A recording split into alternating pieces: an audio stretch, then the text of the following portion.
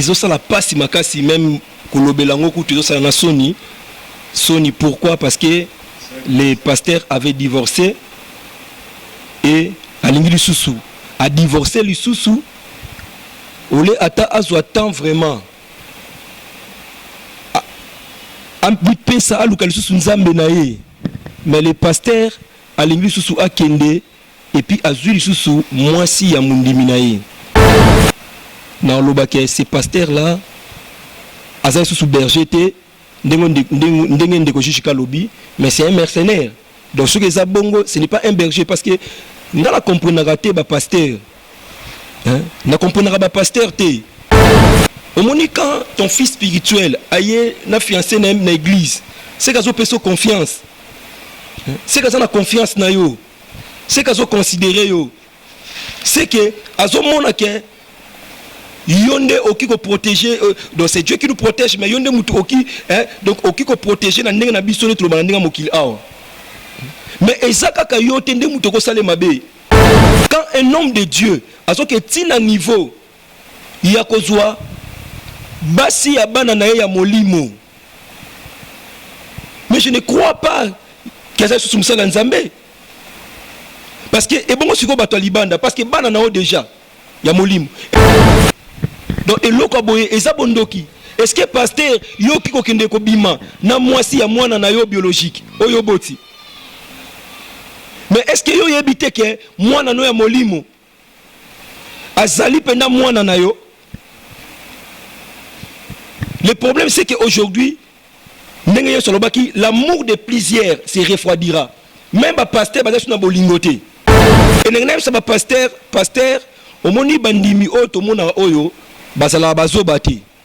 des fois bisto quand ça sonne samba tio asali au grâce apesio makabo ozokamba batu yo pona comme mona c'est comme si batu ba comme esclave na yo non pasteur et ça biloko oyo mutako sa yo te pasteur moi si ya mwana no molimo ko manquer yo mwana molimo ako manquer yo okitana maloba pe lola ekofuta biso simona ngotro banzamba boto kwa wapi toujours na cadre ya mission na biso rien que la vérité eza na lisolo moko et salami na église moko en tout cas yeba très bien pasteur wana ayeba très bien na matonge na commune na Kala matonge na victoire wana bien aimé dans le Seigneur boye be église en très bien eza munene côté kuna na victoire et yebani ya pasteur mo pe ka yeba maka boye bien très bien aza toujours na message ya tant de la grâce tant de la grâce alinga mingi côté sur la grâce bien aimé dans le Seigneur boyebi lisula pasteur on a très bien que a divorcé liboso yena mwasi na ye parce que a sentara fi mo bona église par moment bimana ser mo bona église a sentaki ye mwasi ayoki bongo ba kaboni na mobane ba divorcer mama pasteur akepe na groupe ya ba pasteur mususu o ke bakenaki ko sala ministère église mususu pasteur na ser o ya sentaki babalani bakeye poto bien aimé dans le Seigneur et libala normal bien aimé et je vous informe que pasteur a outiki suko kabwana na mwasi o ke a sentaki o ke kozaki séparation divorce na bango na mwasi na ya liboso ba wuto kabwana ye bien aimé dans le Seigneur et le réseau comme sabiso ndero nanga muninga mobaya yoko kutananga asamela na église à pasteur wana mwasi na za protocole et pasteur a boktoli mwana molimo na fiancé na ye a sommelier bandimi église ba yebi pasteur commissaire protocole na ye vraiment ya paiement bazota monaye a sommelier voiture et outi Dubaï ba voiture ezo bien na komo ya quête a sommelier mwana mobile akomo bien fiancé na fiancé ya marié ba komi na pasteur alingi sous à sa mariage abala moi si ya misat ou comment bien aimé est-ce que ils a permis na Bible un pasteur olia kolinga après avoir divorcé au bal divorcé de sous oyo kolinga mwana donc moi si ya mwana no ya molimo camarade wana yebi très bien na minute bien aimé dans le Seigneur ba informer biso que camarade wana aza bien té parce que papa pasteur alingi moi sinaye camarade akeo misa mabaza na hôpital entre la vie et la mort bien aimé dans le Seigneur garçon akeo misa mabeli kola bolingo na chéri na ya bomona ba bolingana na ne ba yebisa depuis na âge à 16 ans ba tangi ba classe ba comme na université et chéri na pasteur a sommelier quête bakomo bimanaye camarade anana hôpital amela qui soki penini amisali mabe pona ami boma bien aimé dans les Seigneur to zape na jiji kana prophète to me okisa ki bonzame na maluwa pe lola et futa biso pasteur tant de la grâce en ote ya kana ba makama boko botola bana no ya molimo basi pasteur en tout cas nazo regretter vraiment makasi na comportement ya pasteur donc nzambe ye monde a juger bango jiji ka shalom shalom au rythme du pays toujours. Le moment par rapport à sujet autour sur le lot que pasteur a Olinga a divorcé a bali moi a divorcé sur cette fois-ci Olinga moi si ya moi na ya molimo juge ka be moi na ya molimo ke o misala mabe moi si nazo ya mayeso se abwa ki si likola ketch mutuka o pasteur a sombeli a commissaire proche na moi na molimo ke o misala mabe pona ke ami boma likola bolingo na ya bo moi na yoko lo banini na baja ba pasteur wana oyebi pasteur en très bien. Dur,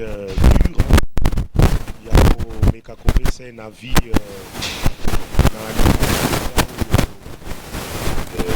Ezol Obama, c'est vrai que je connais très bien. Nous avons l'occasion déjà aussi à la paix élection. Mais il y a beaucoup de monde moi aussi. D'abord, c'est pas la première fois que je Yango. Je connais finalement une histoire pareille. Une vieille histoire d'ailleurs. Passé.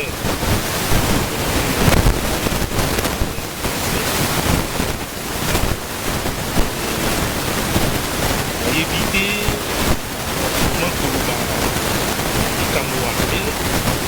si tel est le cas, ça vraiment. Ce n'est pas la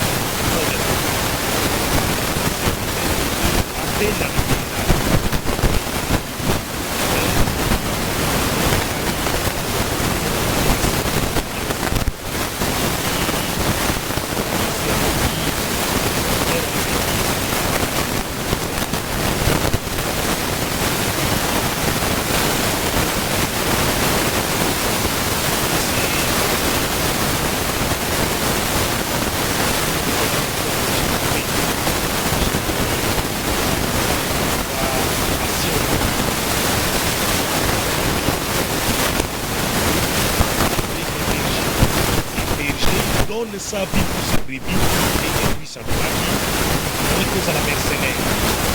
Mercenaire, on doit prendre soin de ma brebis. Ça qu'on doit prendre soin de ma brebis. Quand survient danger, et que sa vie, on appuie.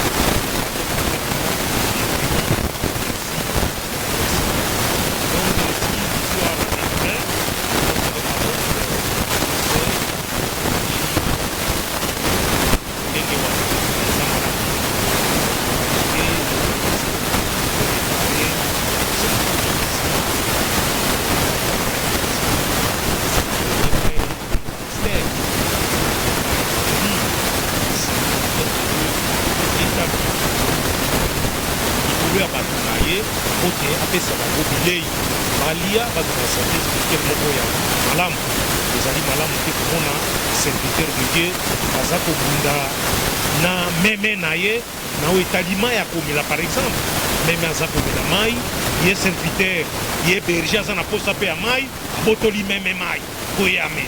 C'est pas bon, ça, il faut pas.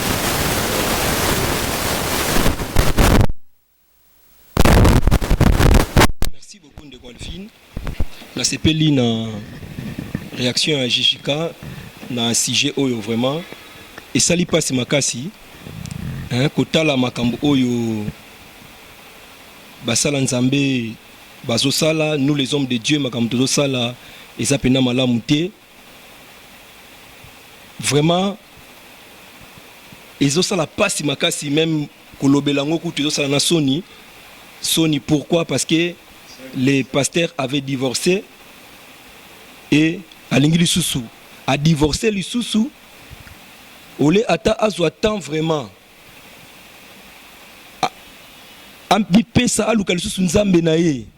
mais les pasteurs à l'église sous akende et puis azuli sous moi si ya mundimi na ye bon na ebité si ezapenda bongo ende quoi fini parce que moi personnellement je n'ai pas de preuves soki eza penza bongo na lobake ces pasteurs là aza sous berger te ndenge ndeko jishika lobby, mais c'est un mercenaire. Donc ce que eza bongo ce n'est pas un berger, parce que ngala comprendre te ba pasteur, hein, na comprendre ba pasteur te.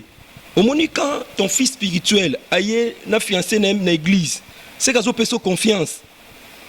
c'est qu'azo na confiance na yo, c'est qu'azo considérer yo, c'est que azo mona ke yonde oki ko protéger, donc c'est Dieu qui nous protège, mais yonde mutu oki, hein, donc oki ko protéger na ndenge na biso to ba ndenge mokili awa. Mais ezaka ka yo tende mutu ko sale mabe. Quand un homme de Dieu azo ke tina niveau ya kozwa basi ya bana na ye ya molimo, mais je ne crois pas que ça sous musala nzambe, parce que et bongo siko bato libanda, parce que bana na o déjà ya molimo et nengena ça ba pasteur omoni bandimi o to mona oyo bazala bazobati des fois bisto quand ça sonne samba tio asali yo grâce apesi yo makabo ozokamba batu yo pona comme mona, c'est comme si bato ba comme esclave na yo. Non pasteur, ezala biloko oyo muto kosa yo te pasteur, moi si ya mwana no molimo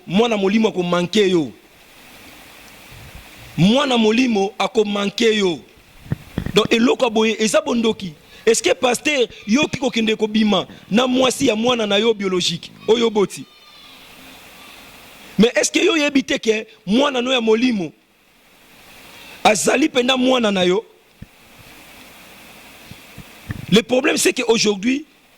ndenge yo solobaki l'amour de plusieurs se refroidira. Même ba pasteur baza suna bolingote,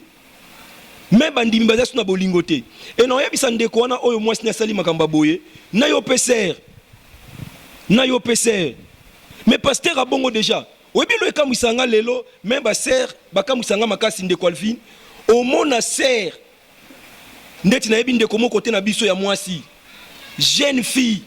mwana muke nanu, mais andima okoma mwasi akoma ekobima na nganga moko boya munene oto yebi a na Kinshasa oyo asalaka makambo ba ekiba ba match. Donc mwana mwasi wana andima kobima nae oyebi bana basi makamusu basinyaka des fois elekelaka biso. Mais un tel pasteur oyo divorcaki et humilité a divorcé lisusu, mais yozo kende toujours ok susu nini olingi kaka ye maman yo kasi mwasi liboso bon soki mwasi liboso ki mabe oyo pasu ya mibale wana ye pasaka mabe siko yope ou bien oyeka ko ebike ata soki to divorcer na biso mais na osonanga déjà mbongo, mais keba okuta pe na liwa, parce que lelo basala nzambe ebele otobenga basala nzambe lelo basuna ntina nzambe te. Moi je trouve que ndeko oyo ake ou bien oya meliso ki poison soki nini azana hôpital asali mabe makasi, il faudra comprendre nini que nzambe a permettre ye ayeba vérité. Donc c'est que moi si na wana yazo mona wana depuis que la temps pasteur azana moi si na mi balabala ki wana abandeka ko bimana moi si wana si qu'on nzamba permettre penda que non et comme peut-être moi bongo asombeli ki tout ça. Donc il faut a mona nini que nzambe a épargné na moi si oya mabe. Oui, puis des fois je sais que et ça la capacité parce que moi si na yo mendeko Alvin soki un jour est comme Elio mutu moko peut-être soit l'équipe na mbongo mutu moko peut-être l'équipe na succès aye azu moi si na yo et que yo po yebi yeba que nzambe nde muta délivrer yo na moi si ya mabe wana. Donc ndeko osali mabe okoya ko perdre vie na yo pour rien, et pourtant yeba ke epa na nzambe échec ezate soko perdre eloko moko lelo yeba ke nzamba zo bongisela eloko o eleki eloko wana. Donc le kola moi si on a ke yeba ke nzambe le kola yo sali no mabete yo sano juste devant nzambe na yo nzambe akolongi sope akopesa yo moi si o eleki moi si wana. Donc excusez de quoi vient na chité, moi je trouve que pasteur Oyo il fallait qu'il soit temps pour ce que raison ni on peut sabato parce que linga bala lisusu pasteur ce que on soit occasion dans des émissions oyo ce qui même na respecta kayo mingi, mais papa il fallait ozo temps parce que moi si déjà boye andimi kotika frère wana parce que frère na sana eloko te pona yo lobi pa kotika yo ozomona te que lobi sikota boka bona lisusu on obi magama be na biso bato ozomona te que c'est comme si moi si même au divorcé na yo au soit qui peut tenter pour ce qu'on soit qui tente peut-être maman soit ngayate. Donc avec tout le respect papa on a notre devoir et pas na yo, s'il vous plaît papa, prends votre temps et concernant ba pasteur ce comme on mona mulimo aye pa na yo et ça te pona yonde nzambe non et ça te pona yonde